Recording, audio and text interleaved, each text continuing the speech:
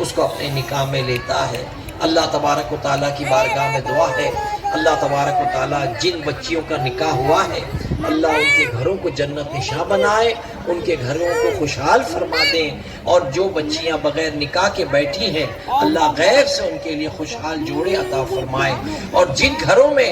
میاں بیوی میں نا اتفاقی ہے پہلے وہ عقل سے کام لے، شوہر اپنی بیوی کی دل جوئی کرے، بیوی اپنے شوہر کی خدمت گزاری کرے۔ میں اللہ رب العزت کی بارگاہ میں دعا گو ہوں اللہ تبارک و تعالی ہماری بچیوں کو شوہر کی خدمت گزاری کی توفیق عطا فرمائے، ہماری بچیوں کو اللہ خاتون جنت کا صدقہ عطا فرما، خاتون جنت کی چادر کا صدقہ عطا فرما، خاتون جنت کی اپنے شوہر کے تئیں خدمت کا صدقہ عطا فرما، تاکہ وہ اپنے شوہر کو راضی کر سکیں۔ ہمارے مردوں کو، ہمارے نوجوانوں کو اللہ تبارک و تعالی مولا کائنات مولا علی کرم اللہ تعالی جن کی آواز نے نہ جانے کتنوں کو اس تنظیم سے وابستہ کیا ہے، جن سے ہم پچھلے کئی سالوں سے سرکار کی سید الکونین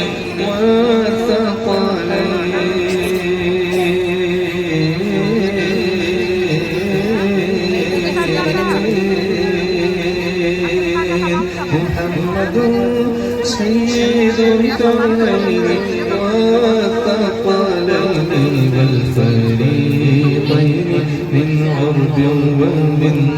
عجم مولاي صل وسلم دائما ابدا على حبيبك خير الخلق كلهم هو الحبيب الذي ترجى شفاعته، هو الحبيب الذي ترجى شفاعته لكل نور من الأموال مقتحم، وہ حبیب رب ہم سے شفاعت کی امید، وہ حبیب رب ہم سے شفاعت کی امید، حال مستقبل کے ہر خوف میں ان کا کرم، مولاي صل وسلم دائما ابدا على حبيبك خير الخلق كلهم، وكل بالرسول الله ملتمس، وكل بالرسول الله ملتمس۔ آپ نے آسان لفظوں میں فرمایا عورت کا پردہ یہ ہے کہ نہ کوئی غیر محرم اسے دیکھے نہ وہ کسی غیر محرم کو دیکھے، یعنی وہ نہ اپنے آپ کو لوگوں پر ظاہر کرے اور نہ مردوں کی بھیڑ بھاڑ میں کندھے سے کندھا ملا کر چلنے کی کوشش کرے۔ اے خاتون جنت کی کنیزوں، وہ عورتیں جنہوں نے شروع میں کلمہ پڑھا، وہ صحابیات، انہوں نے اپنی زندگی میں پردے کے تعلق سے نہ پڑھا تھا، نہ سنا تھا، نہ کسی کو پردہ کرتا دیکھا تھا۔ وہ ایسے گھرانے سے، ایسے خاندان سے تعلق رکھتی تھی، ایسے مذاہب سے تعلق رکھتی تھی جس مذہب میں، جس خاندان و گھرانے میں پردے کا کوئی نظام، پردے کا کوئی نام و نشان، پردے کا کوئی طریقہ موجود ہی نہیں تھا۔ ان کی والدہ، ان کی نانی دادی، ان کی خالہ ممانی پھوپھی سب کی سب بے پردہ تھی، اس کی وجہ کہ ان کے مذہب میں پردہ تھا ہی نہیں۔ لیکن حضور اکرم صلی اللہ علیہ وسلم کے ہاتھوں پر کلمہ پڑھنے کے بعد، قبول اسلام کے بعد جب پردے کا حکم آیا، آپ ذرا سوچیں کہ بچپن سے جنہوں نے کبھی پردہ نہ کیا، نہ پردہ کرتا دیکھا، نہ پردے کے بارے میں کبھی سنا، جب کلمہ پڑھ کر مسلمان بن گئی تو بھی ان کی زندگیوں میں پردہ نہیں تھا۔ لیکن جب پردے کا حکم آیا تو حدیث شریف میں آتا ہے کہ پردے کا حکم آنے کے بعد صحابیات نے پردے کے حکم پر ایسا عمل کیا کہ انہوں نے اپنے گھر سے نکلنا ہی بند کر دیا، یعنی بلا ضرورت اپنے گھر سے باہر نکلتی ہی نہیں تھی۔ اور حدیث شریف میں آتا ہے کسی عورت کو اگر ضرورت کے تحت گھر سے باہر نکلنا پڑتا، اگر کوئی شرعی ضرورت تھی، شرعی عذر تھا، اور کسی صحابیہ کو گھر سے نکلنے کی ضرورت پیش آ جاتی تو فرمایا گیا کہ اپنے پورے جسم کو ایک موٹی چادر سے لپیٹ لیتی تھی، اور لپیٹنے کے بعد مدینے کی گلیوں سے نکلتی تو گلیوں میں نہیں چلتی تھی بلکہ در و دیوار سے چپک کر چلتی تھی۔ اور حدیث مبارکہ میں آتا ہے ان خواتین کے پردے کا عالم یہ تھا کہ یہ مدینے کی گلیوں کی دیواروں سے ایسے چپک کر چلتی تھی کہ اکثر ان کی چادریں، اکثر ان کے کپڑے مدینے کے گھروں کی دیواروں میں الجھ جایا کرتے تھے۔ آپ سوچیں کہ جہاں دور دور تک پردے کا کوئی نام و نشان نہیں تھا، قبول میں چھپ جائے گا، بلکہ اب تو پردے کے خلاف ایسے نعرے لگائے جا رہے ہیں، پردے کے خلاف ایسی باتیں کی جا رہی ہیں جو باتیں سراسر حرام ہو۔ تو یاد رکھنا، آپ دنیا میں اپنے حسن و جمال کی نمائش کر کے ہو سکتا ہے دنیا والوں کو متاثر بھی کر لے جائیں، ہو سکتا ہے کہ لوگوں سے تعریف کے چند جملے بھی وصول لیں، ہو سکتا ہے کہ آپ کے شوہر کے دوست یہ کہیں یار تمام دوستوں میں سب سے زیادہ اس کی بیوی خوبصورت ہے، یار اس کی بیوی کے بال کتنے خوبصورت ہیں، اس کی بیوی کی آنکھیں کتنی خوبصورت ہے۔ ہو سکتا ہے کہ اپنے کالج کے فرینڈ سے، اسکول میں پڑھنے والے لڑکوں سے، آپ گلی کے آوارہ لڑکوں سے تعریف کے چند جملے وصول لیں، لیکن بعد مرنے کے آپ کو قبر کے عذاب میں ملوث کر دیا جائے گا۔ پتہ نہ چلے کہ فاطمہ کا قد کیسا تھا، فاطمہ کا جسم کیسا تھا، فاطمہ کا رنگ کیسا تھا۔ اے سرکار مدینہ کی چاہنے والیوں ذرا سوچو، اے خاتون جنت کی کنیزوں ذرا سوچو، خاتون جنت نے زندگی بھر صرف پردے کا اہتمام نہیں کیا بلکہ بعد مرنے کے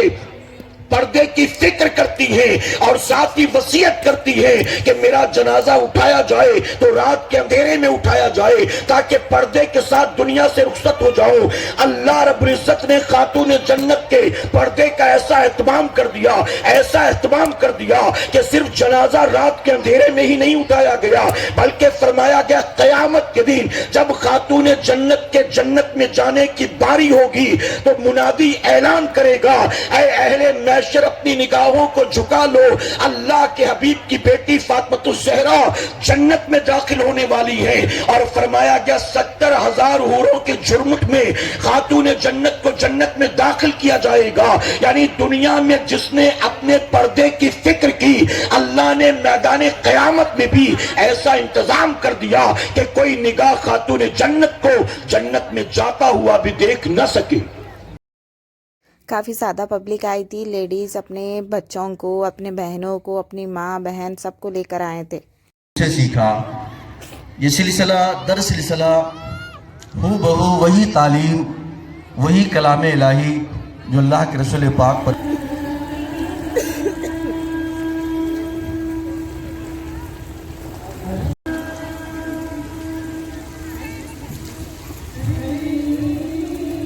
یہاں پہ فرسٹ جو شاپ تھی SDI ہیرا کی اسکول کی شاپ تھی۔ یہاں پہ آپ کو اسکول سے جو بھی ریلیٹڈ بات کرنا تھا یہاں پہ SDI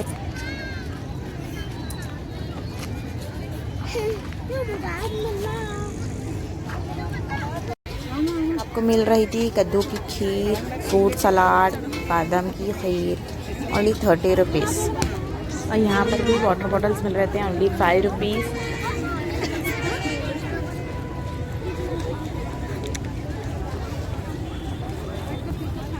یا رسول اللہ خدا کی خلق میں خلق عظیم تم جیسا،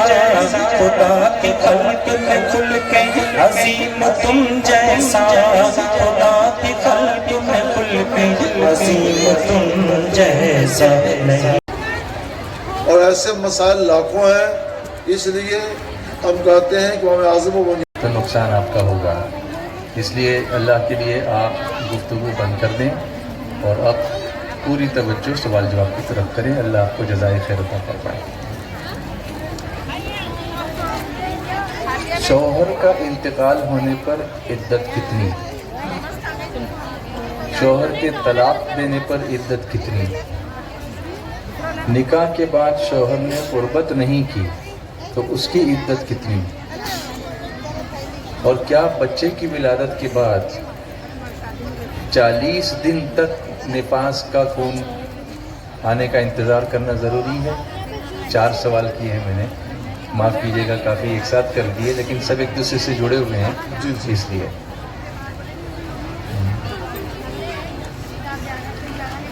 شوہر کا انتقال ہو جائے تو عورت کی عدت کیا ہوگی؟ اس سلسلے میں قرآن حکیم نے یہ بیان فرمایا کہ والذین یتوفون منکم ویذرون ازواجا، تم میں سے جو لوگ فوت ہو جائیں اور بیویاں چھوڑیں تو ان کی عدت 4 مہینے 10 دن ہے۔ یہ اس وقت ہے جب عورت حمل سے نہ ہو، تو عورت کی عدت 4 مہینے 10 دن ہے۔ تو ان سے جہاں تک ہو سکے بچنا جی، ہمیں حکم یہی ہے اللہ کے رسول صلی اللہ علیہ وسلم کا، ایاکم و ایاہم، تم انہیں اپنے سے دور رکھو اور ان سے خود بھی دور رہو، کہیں تم کو گمراہ نہ کر دیں، کہیں وہ تم کو فتنہ نہ کریں جی، تو اسی گمر سب کو عمل کرنا چاہیے جی۔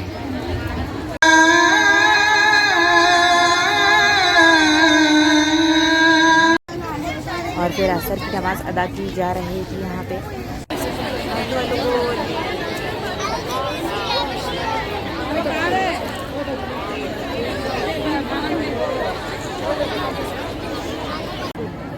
ارشاد فرمایا کہ انسان کی زندگی کا مقصد کیا ہے، اور یہ عقلی بات ہے کہ جب کوئی چیز مقصد پر پوری نہیں اترتی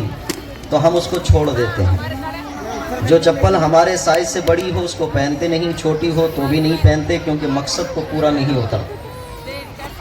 جو کپڑے ہمارے سائز کے نہیں ہوتے ہیں، چھوٹے ہوتے ہیں تو بھی نہیں پہنتے، بڑے ہوتے ہیں تو بھی نہیں پہنتے، کیونکہ یہ مقصد کو پورا نہیں کرتے۔ جب اگر مقصد پر زندگی گزارنا ایک عقل مند آدمی کی علامت ہے تو انسان کو اللہ تبارک تعالیٰ نے پیدا کیا تو اس کا مقصد کیا ہے؟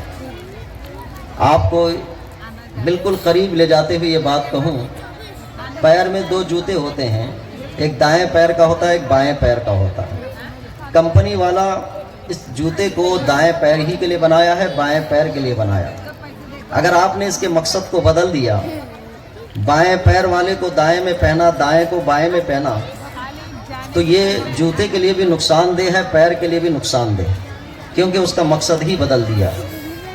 کہ دائیں کو دائیں میں پہننا تھا، بائیں۔ یہ کہ سب کے ذہن میں آخرت کا فائدہ نہیں ہے، دنیا ہی کا فائدہ ہے۔ اس دنیا کی عقل حیران رہ جائے گی، طبیعت میں ایک طریقے کی پریشانی آ جائے گی۔ کیا ایسے لوگ بھی ہماری سوسائٹی میں رہتے ہیں؟ میں کہتا ہوں رہتے ہی نہیں، بستے ہیں۔ اور ان کی سوچوں کا جائزہ لیا جائے تو ایک ہی نتیجہ اخذ کیا جاتا ہے کہ مسلم سوسائٹی سے آخرت کا تصور نکل چکا ہے۔ ایک بچی واپس اپنے میکے میں آ کر بیٹھی ہوئی ہے، وجہ پوچھی گئی تو شوہر آ کر بتاتا ہے ہمیں کہ اس کے شادی ہونے کے 3 مہینے کے بعد اس کا جنم دن آیا تھا اور ہمارے گھر میں کسی نے اس کو ہیپی برتھ ڈے نہیں بولا تو یہ روس کر واپس جا کے بیٹھی۔ ہیپی برتھ ڈے نہیں بولا۔ اس کے گھر سے ہر ایک کا میسج آیا کہ تمہارا جنم دن ہے، مبارک ہو۔ شوہر نے جنم دن مبارک نہیں کہا، ساس نے جنم دن مبارک نہیں کہا، فلاں نے جنم دن مبارک نہیں کیا، روس کے گھر میں آ کے بیٹھی ہوئی۔ شوہر کہہ رہا ہے کہ وہ آئے گی نہیں اب۔ یہ مزاج ہے ہمارے۔ اس عورت کے ذہن میں اتنی اہمیت اس عورت کی کون دے گیا کہ یہ عورت اتنے سے مسئلے کو لے کر اپنے گھر سے روٹ کر باہر جا کے بیٹھ جاتی، اپنے میکے جا کر بیٹھ جاتی ہے۔ یہ ایک مثال نہیں، ایسی کئی مثالیں ہیں جو روزانہ کانوں میں جب سنائی دیتی ہیں تو میں نے پورا نتیجہ اخذ کر لیا ہے کہ مسلم خواتین ہو یا مرد حضرات ہو، آخرت کا تصور بالکل ختم ہو چکا ہے۔ دنیا چاہتے ہیں سب کوئی، بات چیت اس سے کوئی بھی کرنا پسند نہیں کرتا تھا، اپنی سہیلی بنانا کوئی نہیں پسند کرتا، اپنے رشتے کے ساتھ اس کو منسوخ کرنا کوئی پسند نہیں کرتا۔ کل قیامت میں اس عورت کو پیش کیا جائے گا اللہ تبارک و تعالیٰ اس کی نیکیوں کے بدلے اس کو جنت عطا کرے گا، لیکن اس کے باپ کو اللہ تبارک و تعالیٰ گناہوں کی وجہ سے جہنم میں داخل کا ارادہ فرمائے گا، بلکہ اعلان فرمائے اس کو جہنم میں داخل کرو۔ وہ خاتون جنت میں جانے والی ہے اپنے نیکیوں کی وجہ سے، اور اس کا باپ جہنم میں جانے والا ہے۔ وہ خاتون رب کی بارگاہ میں آتی ہے، عرض کرتی ہے مولا میرا باپ جہنم کی طرف جا رہا ہے، اس کی بدعمالیاں ہیں، اس کے گناہ ہیں، وہ جہنم کی طرف جا رہا ہے، لیکن مولا میں تیری بارگاہ میں سفارش کرتی ہوں، عرض کرتی ہوں کہ یہ وہ بندہ ہے جب دنیا میں کسی عورت نے مجھے اپنی سہیلی نہیں بنایا،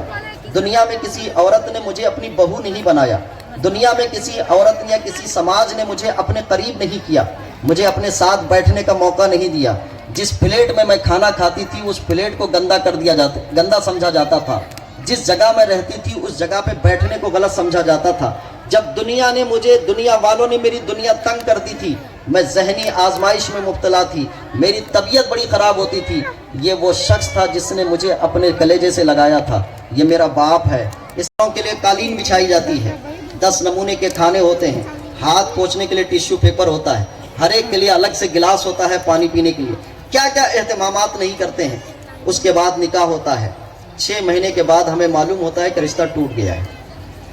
میں کبھی سوچتا ہوں 6 لاکھ کا ڈیکوریشن، 10 لاکھ کا کھانا، حیدرآباد کی شاپنگ، پھر یہاں کے نخرے، پھر اتنے رسم و رواج اس شادی کو نہیں بچا پائے۔ یہ شادی تو ٹوٹ گئی، وجہ کیا تھی اس کی وجہ بتاتا ہوں۔ آج کل جو شادی کرنے کا ماحول بنا ہوا ہے، لڑکے کسی گھر میں شادی کے لیے جانا چاہتی ہے اس وجہ سے کہ ایسا گھر ہو کہ کچھ بھی تکلیف نہیں ہونا، اور لڑکا ایسی لڑکی کا انتخاب کرتا ہے کہ وہ میری خدمت گزار ہونا، مجھے تکلیف نہیں دینا۔ دونوں کا نظریہ یہ ہے کہ لڑکا ایسا ملے کہ تکلیف نہ ملے،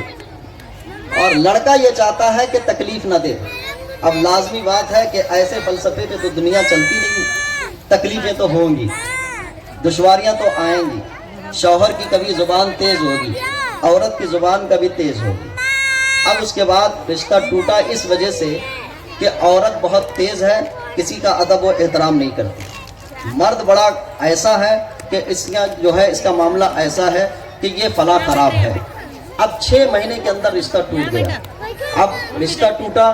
تو خرابیاں کتنی لازم آئی، خرابیاں اتنی لازم آئی کہ اب مر کے ترسو گے اس زندگی کے لیے، جن کے دل میں ہے عشق نبی کی چمک، وہ ترستے نہیں چاندنی کے لیے، داغ عشق نبی لے چلو قبر میں، ہے چراغ لہد روشنی کے لیے۔ صلح کلی نبی کا نہیں سنیوں، سنی مسلم ہے سچے نبی کے لیے، اختر قادری خلد میں چل دیا، خلد واہ ہر ایک قادری کے لیے۔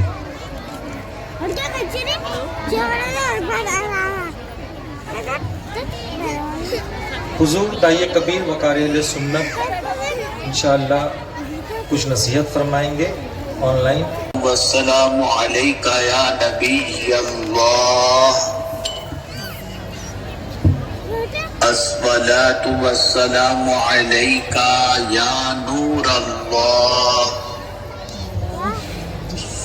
اسلامی حضرت مولانا سید امین القادری صاحب قبلہ، اور میں آپ سب سے گزارش کروں گا، بتانے کی ضرورت نہیں ہے لیکن ایک اعلان اور کر دوں، توجہ سے تو آپ سنیں گے ہی لیکن ایک اعلان اور کر دوں، کچھ بچے ابھی بھی اسٹیج کے پیچھے موجود ہیں، جو خواتین اپنے بچوں کو تلاش کر رہی ہیں، اسٹیج کے پیچھے ہمارے مبلغین والنٹیئرز کے پاس کافی بچے موجود ہیں، وہاں وعلى آله وأصحابه الطيبين الطاهرين أما بعد فأعوذ بالله من الشيطان الرجيم بسم الله الرحمن الرحيم هن لباس سے شوہر کے ہوتے ہوئے بھی کسی اور طرف توجہ کرنا، شوہر کو نظر انداز کرنا، یہ جہنمی عورتوں کی نشانی ہے، بلکہ اللہ کے پیارے حبیب صادق و مصدوق مصطفیٰ کریم رؤوف الرحیم صلی اللہ علیہ وآلہ وسلم ارشاد فرماتے ہیں، معراج کی شب میں نے جب جہنم کا